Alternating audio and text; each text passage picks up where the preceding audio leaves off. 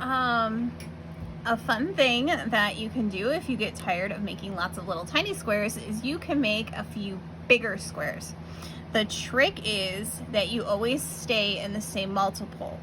So these are 3 trips around, and you can tell because there's 1, 2, 3 clusters. So what I did, these are 3, this is 6 trips around. So I did 3 of color 1 and then 3 of color 2. And you can see that they're just about the same size. And you attach them just like you do the other ones. You're gonna line them up. The only thing that may be a little bit tricky is right around here.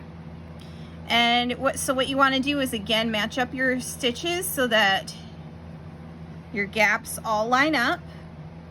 And what you may have to do around here is do a couple extra stitches. So when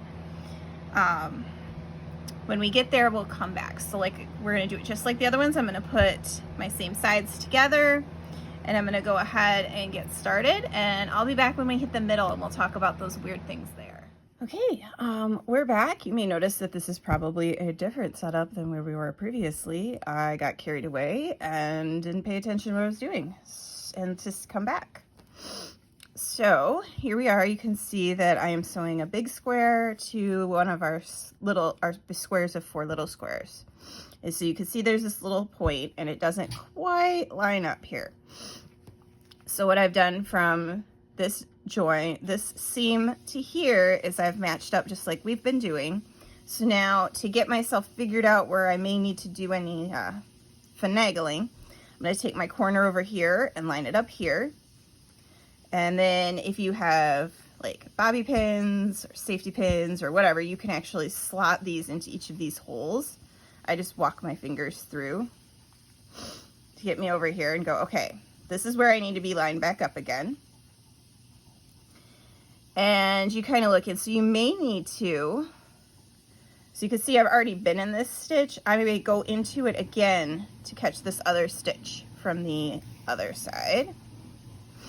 And if you ever get off a little bit, this is how you would fix it too, is you would kind of match up and just put 2, go through the same stitch twice to get yourself lined up again. So we'll go ahead until we're back lined up again. So we're again matching up inside stitch to inside stitch.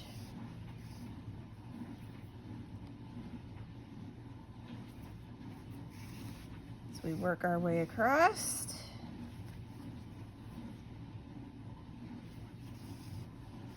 As long as the squares hold together and are close enough, by the time you wash it and you use your blanket a couple times, it'll all work out.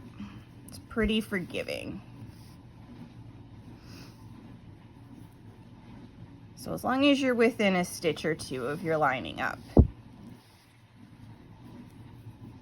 it'll settle.